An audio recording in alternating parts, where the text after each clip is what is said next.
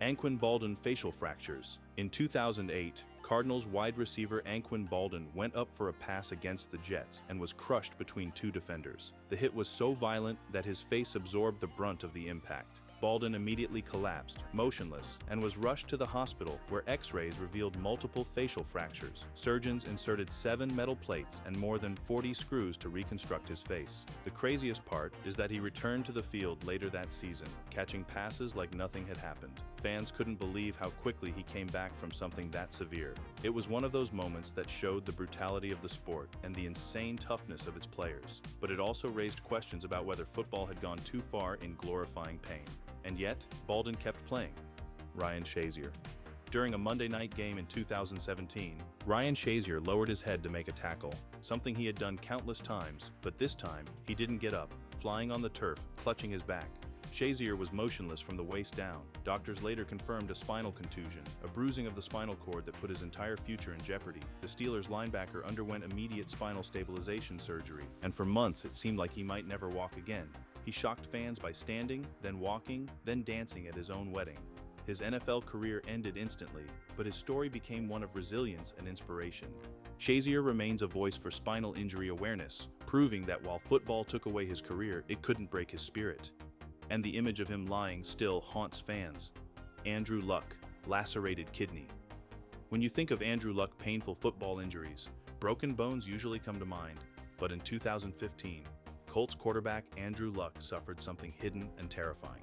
After a brutal hit against the Broncos, Luck felt a pain deep in his side.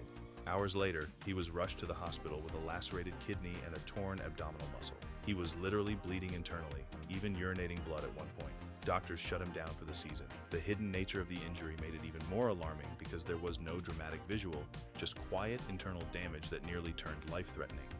Luck returned, but years later walked away from the game altogether, citing the endless toll injuries had taken on his body. His kidney injury was just one example of how football can destroy from the inside out, but it gets worse. Nick Chubb, catastrophic knee dislocation.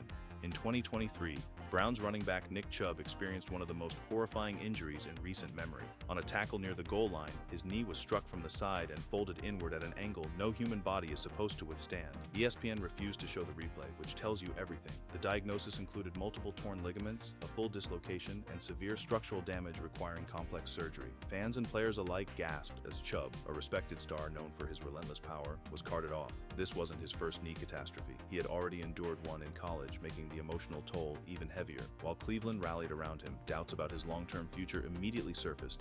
Yet if history has proven anything, it's that Chubb doesn't go down easily. But you won't believe what happened next. Buoniconti, paralyzing neck injury. In 1985, Mark Buoniconti, son of Hall of Famer Nick Buoniconti, played linebacker for the Citadel and suffered one of football's darkest injuries. On what seemed like a routine tackle, his head struck an opponent's body awkwardly. Snapping his neck, he was instantly paralyzed from the shoulders down. And although this wasn't an NFL game, the moment rippled across the football world. Mark never walked again, spending his life in a wheelchair. But he transformed his tragedy into advocacy, launching the Miami Project to cure paralysis. His case became a warning about the dangers of leading with the head, influencing how tackling was taught in the NFL. Fans often cite Mark's injury when discussing safety changes because it showed that 1 second on the field could erase everything. His pain became purpose, but the cost was devastating. Dak Prescott. Cowboys' Dak Prescott quarterback Dak Prescott scrambled against the Giants and was dragged down awkwardly. When he rolled over, his ankle was bent at a gruesome 90-degree angle, pointing the wrong way. It was instantly clear this was no ordinary injury. It was a compound fracture and dislocation. With the bone piercing through the skin, Prescott fought back tears as he was carted off the field, waving to fans who stood in stunned silence. The pain was obvious, but what made it worse was the timing. Dak was playing on a 1-year franchise tag, gambling on his health for a long-term deal. The moment was both physically and emotionally crushing. Doctors repaired the ankle, and he later returned, but the image of his twisted foot became one of the most shocking sights in NFL history, and the story doesn't stop there. Patrick Edwards. Patrick Edwards was a wide receiver at Houston, chasing down a long pass when his momentum carried him out of bounds. What happened next was something no one could have expected. He crashed directly into the metal cart used to hold band equipment, and his leg snapped on impact. The compound break left his bone protruding through the skin in a scene that left fans sick to their stomachs. Although this wasn't an NFL moment, the freak nature of the accident made national headlines and forced leagues everywhere to reconsider sideline safety. Edwards underwent multiple surgeries and eventually made it back to play, but he was never the same. His career trajectory changed instantly because of a rail that should never have been there, and it raised serious questions about how preventable tragedies like this really are. Joe Theismann. On Monday, Joe Theismann Night Football, Washington quarterback Joe Theismann dropped back for a trick play that would go down in history for all the wrong reasons. Lawrence Taylor stormed in with Harry Carson closing in too. The combined weight snapped Theismann's leg like a twig, shattering both his tibia and fibula. One of the bones pierced through the skin in a sickening compound fracture that had players turning away in horror. The broadcast refused to replay it, which only heightened the shock. Theismann later described a burning sensation and looked down to see his foot facing the wrong direction. His career ended instantly, a Super Bowl champion gone in a single moment. The impact of that night is still discussed decades later, often compared to later leg breaks. But what happened next added even more weight to the story.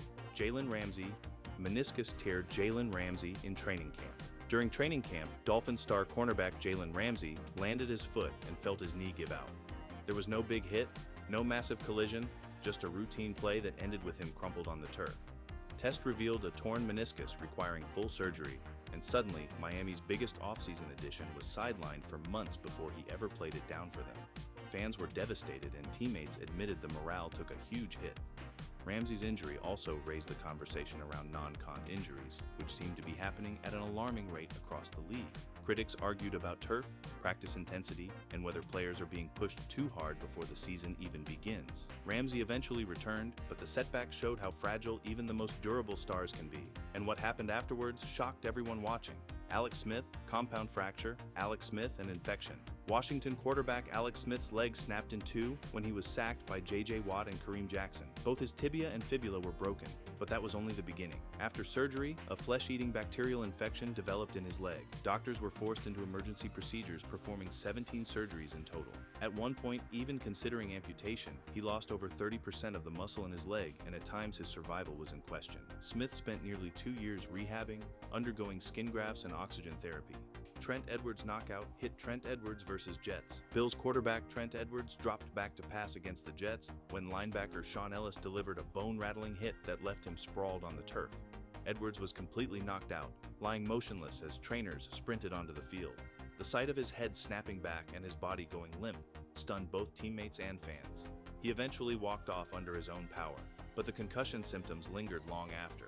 Edwards had been seen as a rising starter for Buffalo, but this moment marked the beginning of a downward spiral in his career. The brutality of the hit became a highlight replayed over and over, but for Edwards, it was the kind of blow that changed everything.